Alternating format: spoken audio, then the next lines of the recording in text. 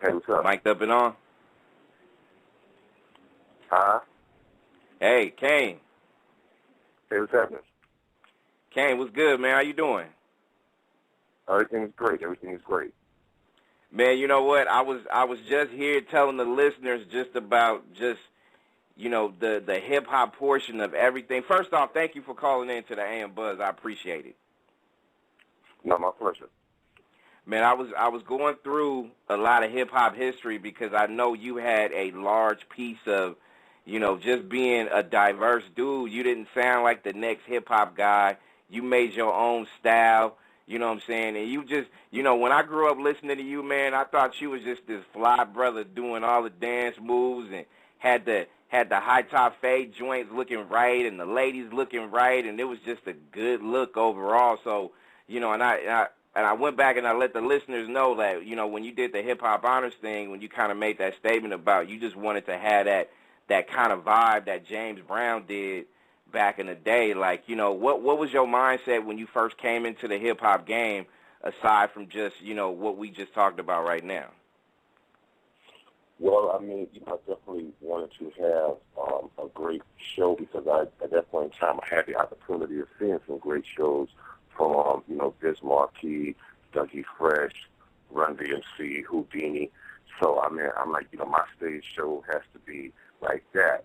And when I first began, me and Dougie Fresh became friends, and he took me to his house and showed me these videos of Earth, Wind and Fire, Michael Jackson, Pink Floyd. I was explaining how he took stuff from, these music greats and incorporated it into a hip-hop fashion. And, I said, okay, but I knew I didn't want to do that. So I went home, bought, like, Barry White DVD, not DVDs, VHSs back then, Barry White, Marvin Gaye, and James Brown. And I started, like, just looking to things and incorporating those elements into my stage show. Man, I like I said, man, I grew up and I, emulated. I tried to be that guy that I couldn't necessarily pull off the Kane look, but I tried to come real close to it growing up, man, with the chains and the whole deal. And, you were just a fly dude at the time. So, I mean, did being, when I say creative, you kind of just looked at what everybody else was doing, and you was more like, you know what, let me flip it and do it on my own because nobody's doing it right now. Absolutely, absolutely. And I think that's not only dope, man, but I just think that's real.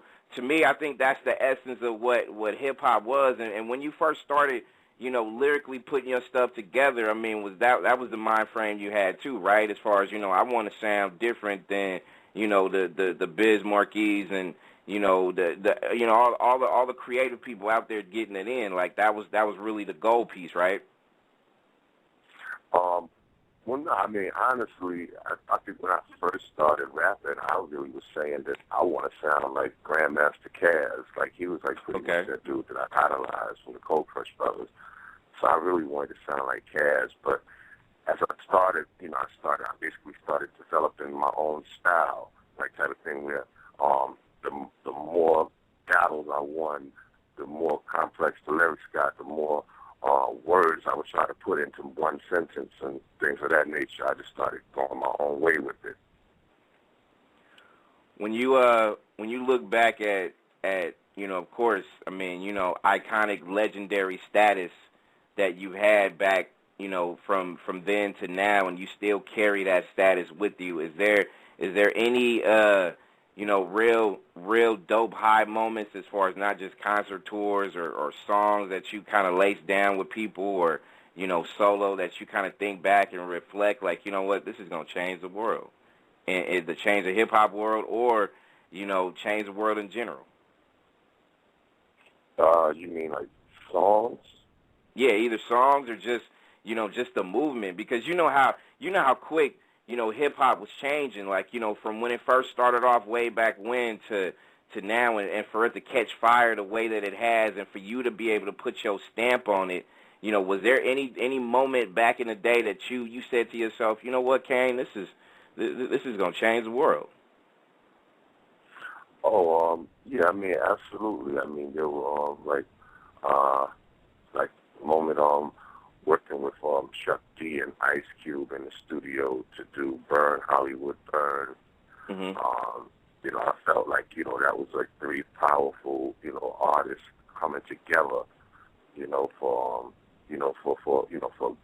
just to speak on something, you know, good, you know, and or like even like I'm working with Patti LaBelle, you know, going on tour with her, you know, just seeing how she operates, you know.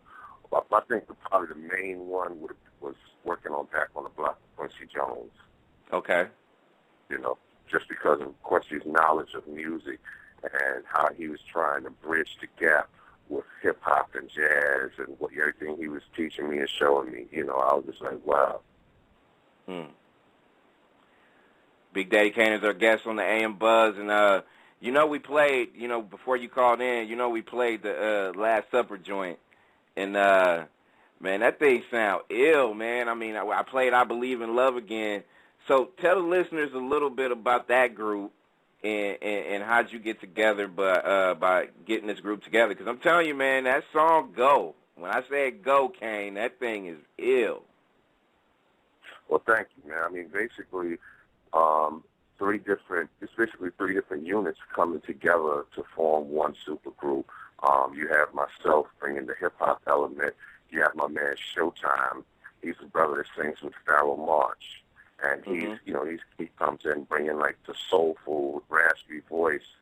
And the Lifted crew, a New York that, you know, plays a lot of hip-hop, but, you know, they're heavily influenced with the old soul music, you know, because, the hip-hop they play, you know, most of the time it's like that 80s sound of hip-hop where everything was old soul samples, you know.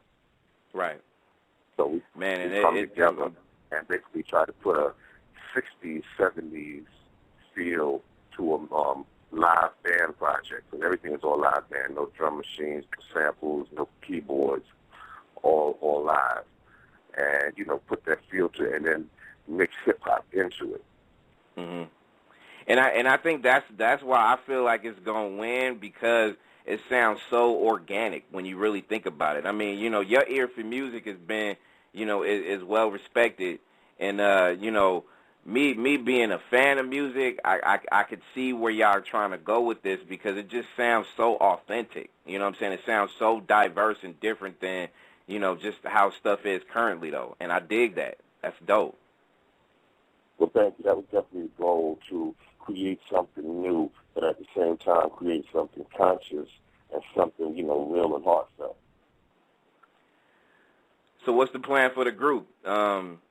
Album working on. The single is definitely gonna scorch up a lot of radio waves, though. So what's the game plan for you and the group, bro? Well, the album came out Tuesday, so it's available for download on iTunes and Amazon. And you know, we'll definitely be out on the road touring this summer. So hopefully we'll, you know, be able to get to, you know, everybody that's enjoying it. So you got to make sure you make your way out here to the West Coast, man, because you know, definitely that will be a nice, you know, get up and get your groove on type of joint to vibe to. So, you know, it's definitely gonna be a spring, summer. You know, y'all gonna be kept busy. Let's just put it like that, because I know y'all are gonna be in demand heavy. Thank you, man. We're definitely looking forward to it, man. I mean, you know, we appreciate all the love that we've been getting so far up until this point, you know. So we just want to keep the ball rolling and have some fun with this, man, because we all love, you know, speaking on behalf of myself, Lifted, and Showtime, we all love this project very much. And, you know, we're glad to, you know, form this Last Supper union and hope that we can keep it going for a while. How do you feel about just, you know, doing it? Because, you know, back when you first started doing music, and, you know, a lot of it was, you know, you had the record labels really kind of, you know, behind you as far as in your corner. I mean, your team was right. Now here we are. You know, we got to kind of go back that route, grassroots, with a little bit more of a twist, because the record labels aren't what they used to be back then. So how do you feel about just, you know, just a different way of putting out music and reaching out to the fan base versus back then? Well, I mean, to be honest with you, financially, it was great to have a major behind you that would pay the cost for marketing, pay the cost for publicity. You know, when you're doing it independently, all that stuff coming out of your pocket. Mm-hmm. So, I mean, you know, it can, you know, have you like, oh, man, you know, it was a lot easier with the majors. But on the other side, you have complete control when you're doing a project independently. There's no one there to tell you, I think this song is a better single. I think you should do this to that record. I don't think you should put this on the album. There's no one there to, you know, to tell you nothing like that. You have the freedom to do whatever you want to do when you're doing it independently. And then plus, you know, you're making a whole lot more money, you know. Right. I mean, you know, when you're on a major, you can sell, 1 million copies. And there can be an artist that sold 100,000 copies independently and make way more money than you. Mhm.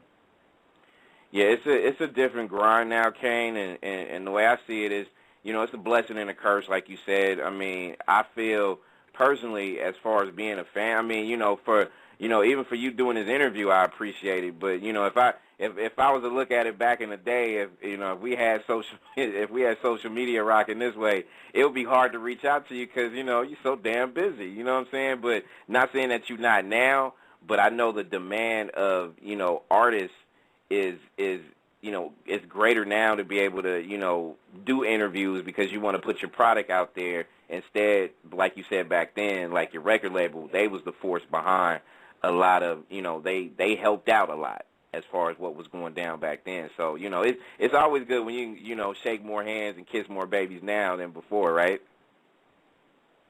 Yeah, well, I mean, back then you got to think also, publication-wise, it wasn't that mass either. I mean, True. In the 80s it was, Right On and Word Up. 90s, right.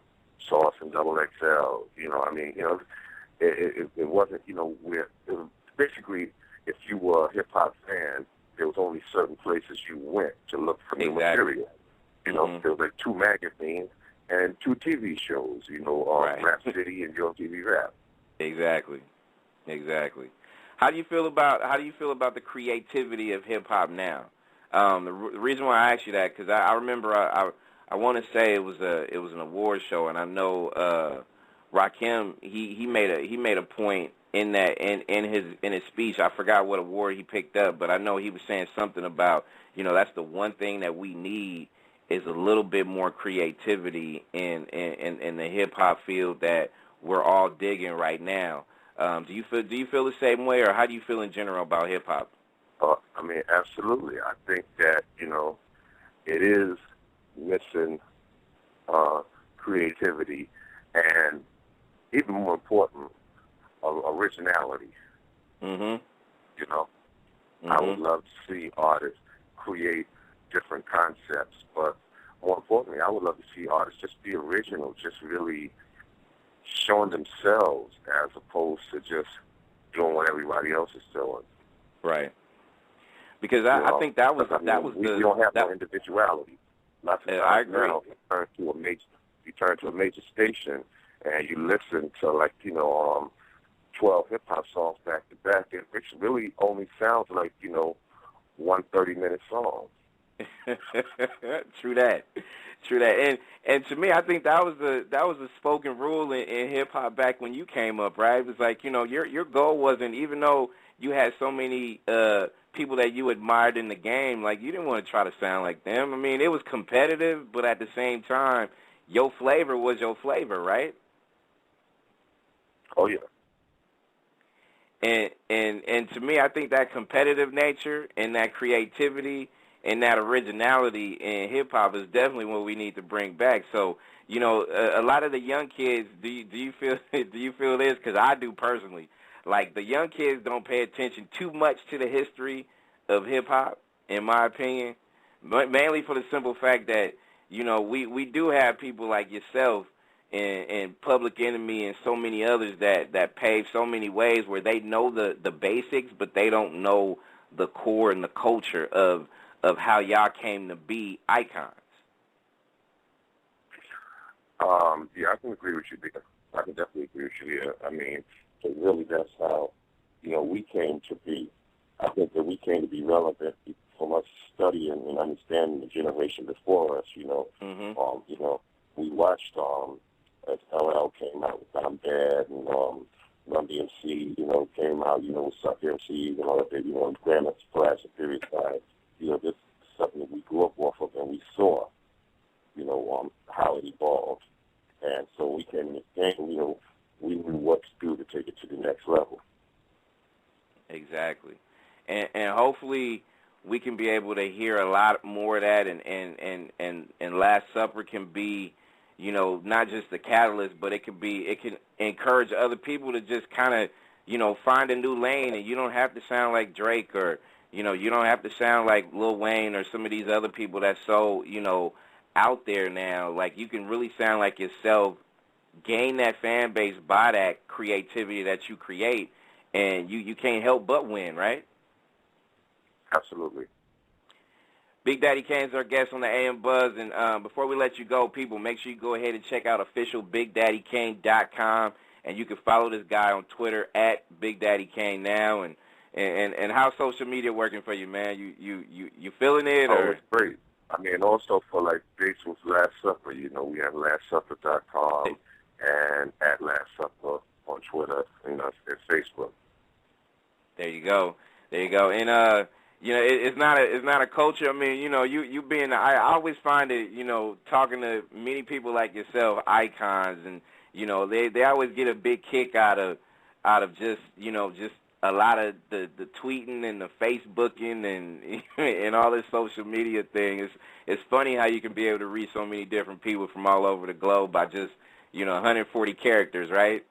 Yeah, man. Right on. And before I let you go, man, I got to tell you, thank you for taking the time out to hang out with me. And of course, we're going to spend Last Supper, but, we still spend them classic Big Daddy Kane records to this day. And, we go way back, Kane. I still got your tapes, bro. That's how way back we go. I hear that, man. It's all love, man, and I'll definitely be at you guys, and if there's anything promotional that you guys need from us as a station that reaches worldwide, man, we're here. We're just going to keep spinning the records and letting the, real music speak for itself. Thank you, brother. You take care, man. All right, you do the same. Peace. That's Big Daddy Kane. Growing up in Bed-Stuy, Brooklyn, it was like a lot of great MCs. So MC in Brooklyn, you had to be on your toes because you never know, when, someone might roll up and ask for that battle. So you had to be on point. I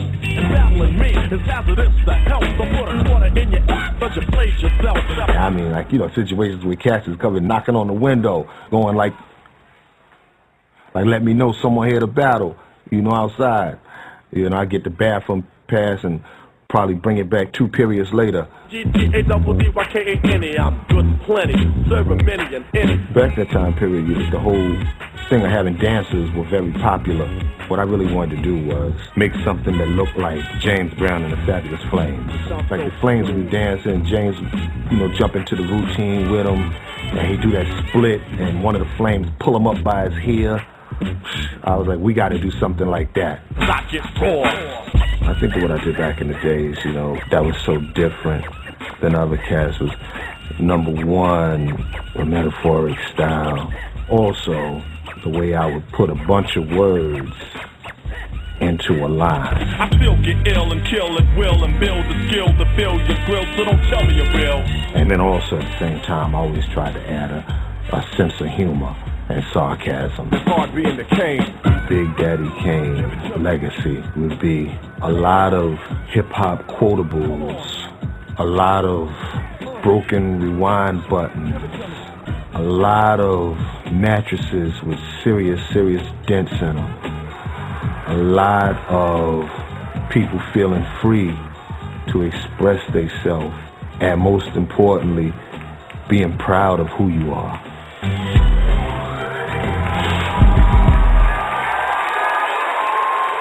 Yeah! Y'all give it up for Kane. Check this out. Kane was from Brooklyn. BK, anybody from BK in the house? Alright. but his appeal was universal. He and the Juice Crew, they had fans